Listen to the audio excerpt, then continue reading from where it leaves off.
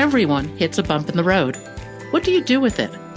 Be inspired as we explore the ways people experience, navigate, and manage the ups and downs and twists and turns in this road trip called life.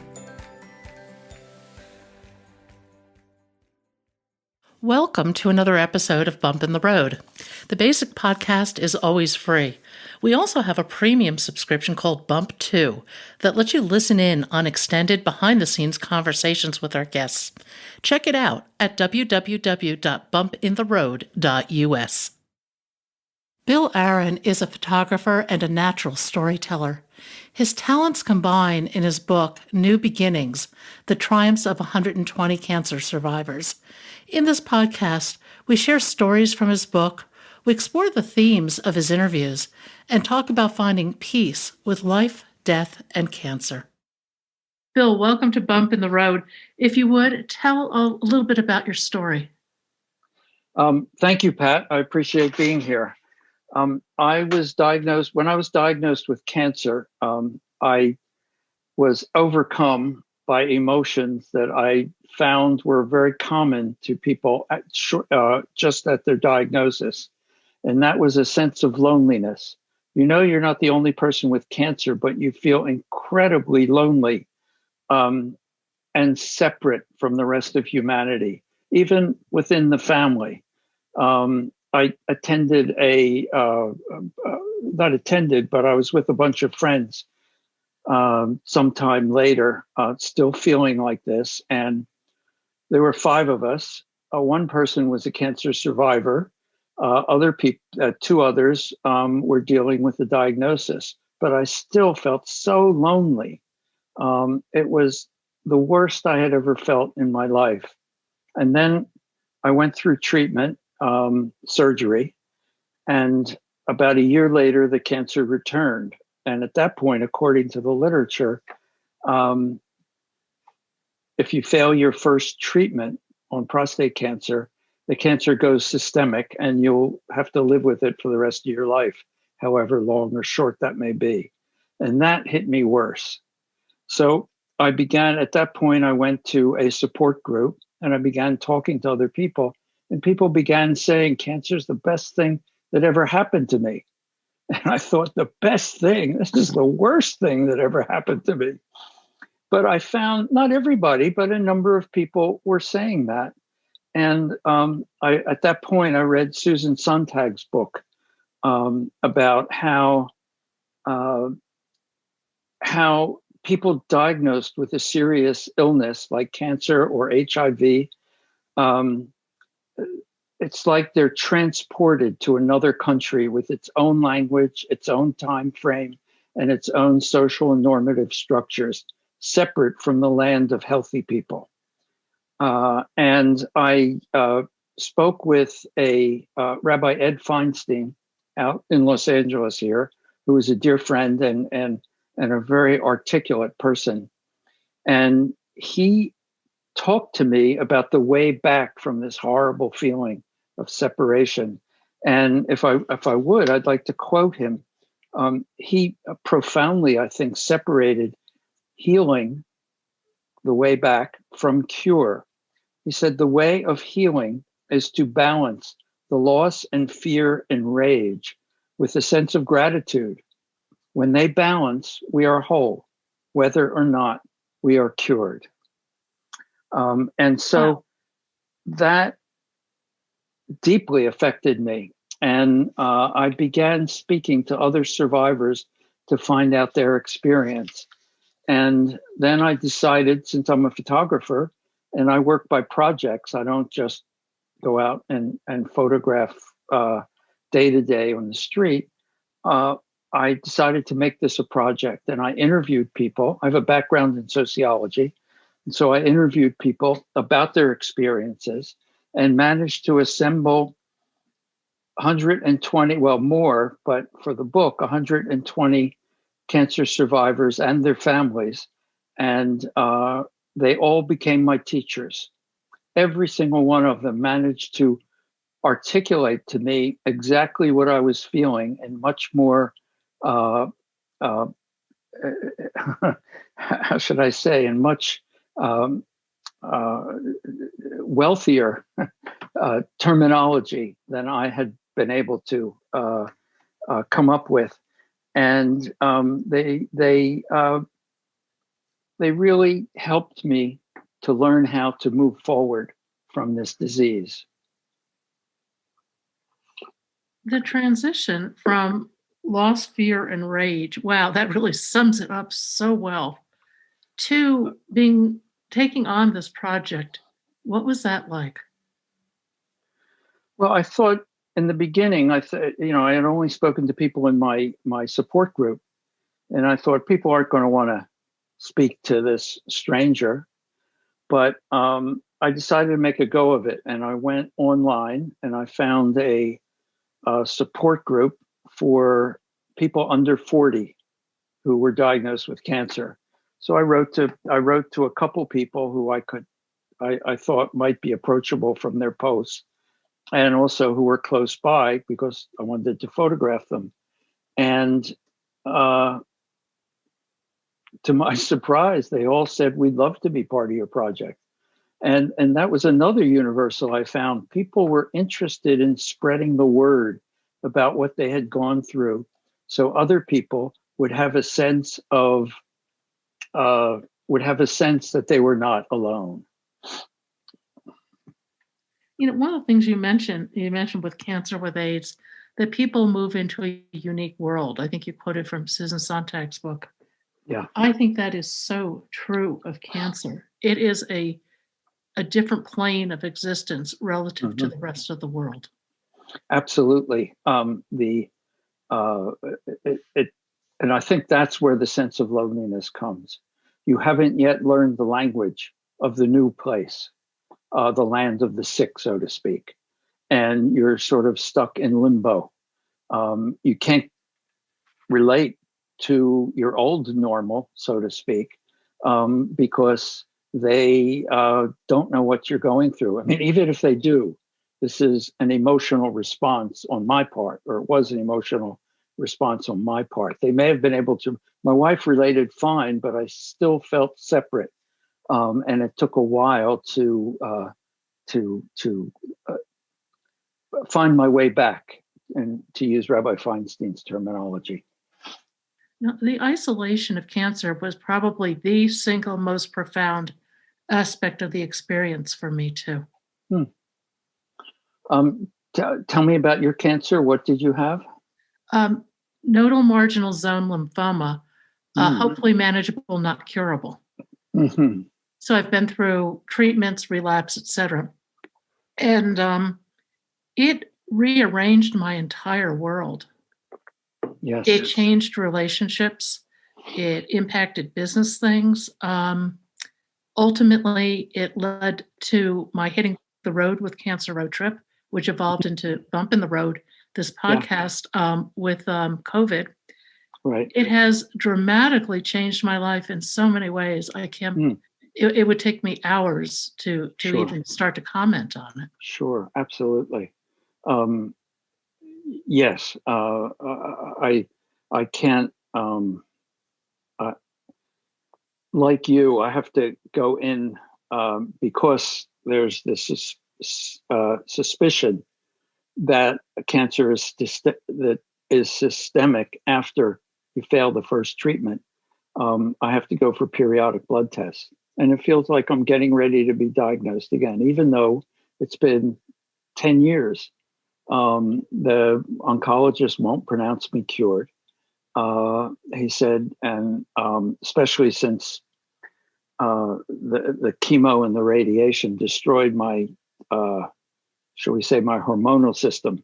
So I have to go on hormonal replacement to feel normal. And that could be a trigger for allowing the cancer to grow back into a critical mass. I think scanxiety is almost universal. Mm-hmm. I have yet to meet anybody who is not at the very least nervous, or like me, living on the ceiling. Mm-hmm. Yeah. 2 weeks before I go in for a scan.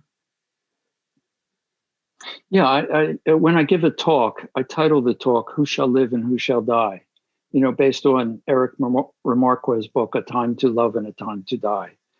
And a cancer patient faces that question, who's going to live and who's going to die. They face it on, as you know, on a daily basis. And it's a very real and emotional response to that. No one is immune from the disease. I had a friend actually not too long ago say to me, I don't wish to get cancer, but I wish I could go through that survival experience so that I could make changes in my life. And that clued me into the idea that we're used to thinking of life in stages: infancy, toddler, teenage, young adult, and old age. But there are other stages of life. There's a stage married, not married, having children, not having children, being diagnosed with a terminal disease and not being diagnosed with a terminal disease, or having some kind of critical experience where you might die. And I think every stage in life, whether it's teenage, adolescence, or adulthood, changes you. And the same happens, I think, in these other emotional stages: getting married, not getting married, the ones I just enumerated, and others. I think the experience, the survival experience, as your friend says, is something that is certainly life-changing. Sure. I don't think that anyone would ever choose to, I don't think anybody could choose to voluntarily go through Right. something like that. But having been through it, how do you look back and reflect on the people who said cancer was the best thing that ever happened to them now? Well, I have 120 teachers that help me with that. Let me, if I could, I discovered that there is another stage to cancer. You have diagnosis and treatment. And then when treatment's over, whether successful or not, all the phone calls go away, the doctor's visits go away or get minimized. And there is a period of time in what one survivor called the silent phase. And this phase, it's just like treatment. It has a beginning, a middle, and an end. Most people get through the treatment, not easily, and not always successfully, but they get through it. And I became interested in what happens after that treatment ends. And people describe the phrase that we hear a lot in society of a new normal. Family and friends expect everything to go back to normal, but they don't. The old normal is gone. And there's Thomas Friedman, a former director of the Center for Disease Control. He reflected that having cancer may be the first stage, really, in the rest of your life. Ellen Stovall, a senior health policy analyst, said that with cancer, it's not death or cure anymore. Learning to live with cancer is a very different mindset, and many need to figure out how. But we don't have much help with that beyond support groups. And so I decided that I wanted this book to be a resource. And anybody that writes me is welcome to have a book gratis, because I just want to spread around everything I had learned. And nobody addresses this post-treatment part of cancer, which for many of us is the rest of our lives. Sure. And, through it, I think that you go through periods of being fairly well adjusted and then periods of not being well adjusted at all. Yeah. Absolutely. Aurora Avia, who was age 31 when she was diagnosed, related to me. Cancer forced me to get to know myself deeply, and it forced a spiritual growth that I had never imagined or expected. When you are looking at yourself in the mirror, completely nude, without even a strand of hair on your head, you have no choice to see the real you. And Stephanie LaRue, a wonderful woman, took off on that and said, she took it further and said, I learned that I needed to live life exactly as it was being handed to me. I needed to be present in stage 4 because there is no stage 5. And I think all the quotes that I will say, I mean, I want to say the quotes because that's really the heart of what I have to say. And I found people to be so eloquent about that. In particular, parents of young children who had been diagnosed, which I was afraid to include in the study in the beginning. But after I went to my first child, she was so cute and adorable. I thought this has to be a major part of the book. It had to be hard interviewing the parents, though. Well, the parents were so eloquent. I just can't get over how they had learned to adapt their lives to this ongoing pressure of possibly losing their child. And some of the parents were awestruck by how their children handled their cancer. And it really changed their lives. Leah was the mother of Robert Ram, who was age 12 when he was diagnosed. It was bone cancer, and he lost his foot and has a prosthetic leg. Says he proves to all of us that you can always make the best of anything. We quickly realized how precious life is. We could have lost one of our children. So now we tell them all to live every day fully because you never know what tomorrow might bring. We don't look back. We only look forward. And Robert is, he's a rock star in the neighborhood. He goes out and he plays with the little kids. And when they stare at his leg, he invites them over and says, come on, touch it. It won't hurt you. And one kid came over to him once and made like he was going to pinch it. And Robert said, ow! And he jumped up and everybody laughed. And he sometimes will go out with the kids and he'll put Band-Aids all over his leg. So, I mean, people are amazing. They have such depth. And when it's called upon, they really come out. If I could read one more mother. This is of a child who was diagnosed at age 15 months. Life is about moments. We have started to live day by day, hour by hour, and sometimes second by second. And when you sit there with those seconds seemingly so long, you realize how many of them you have. We have the luxury of seeing so many little gifts that other people don't see. The smell of my daughter's hair in the morning is one such gift. My favorite daily gift is getting to snuggle in the morning. There is a constant reminder that she's borrowed. She's not ours.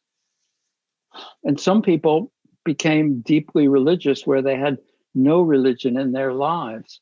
Another parent, both parents of a preteen who had been diagnosed, said that they came to visit him in the hospital one day and he asked to be taken to the chapel. And she had no idea where this came from, but they walked down to the hospital chapel and he knelt down in one of the pews and he said, God, please help me with this cancer because it makes my mommy so sad when she has to visit me in the hospital. And I get the chills even just thinking about these people. They told me that as soon as their son got out of the hospital, they went to their local church, joined up, and became very active members. It's one gentleman, Howard Mendelson, who was in your book too, had a great quote. And he said it took him a second diagnosis before he developed a ratio of what he called joy to nonsense. Yes. I love that. Yeah. Yes, Robert actually became a good friend, and I think of that often when I'm sitting someplace and I'm bored. But you can't always extricate yourself. Sometimes you just have to go with the boredom. There are a fair number of people under 40 in your book. Yes, Was that it's intentional? very intentional. That's a good point. When we learn of someone who's old who gets cancer, we feel sad if we know them, and we feel sorry for them, and we support them the best we can. But when you learn about someone young who gets cancer, you sit up and take notice. And just learning about that teaches you something about the fragility of life. There's some other themes too that come up in your book. Some of the themes I think are joy, certainly, gratitude, simplicity. Um, I think those are all really good points. There, when you're forced to put a number on your life span, even if it's an indefinite number, but it's definitely a number. It's not sometime in the future anymore. It reduces life to the basic denominator. Tiffany said, "Cancer gave me a new lease on life.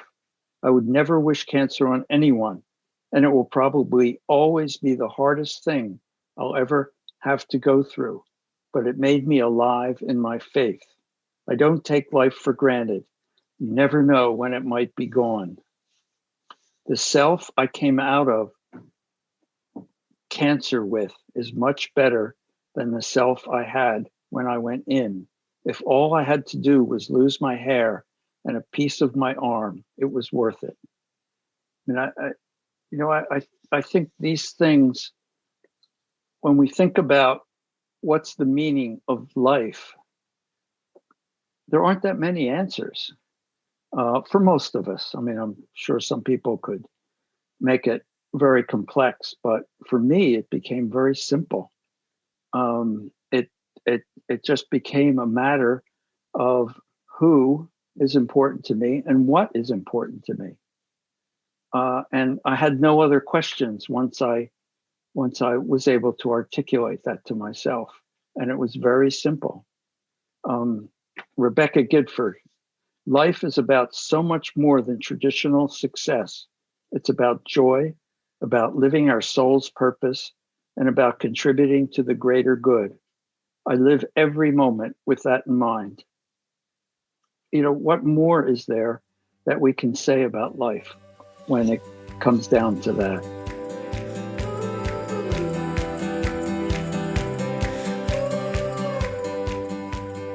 Thank you for joining us today.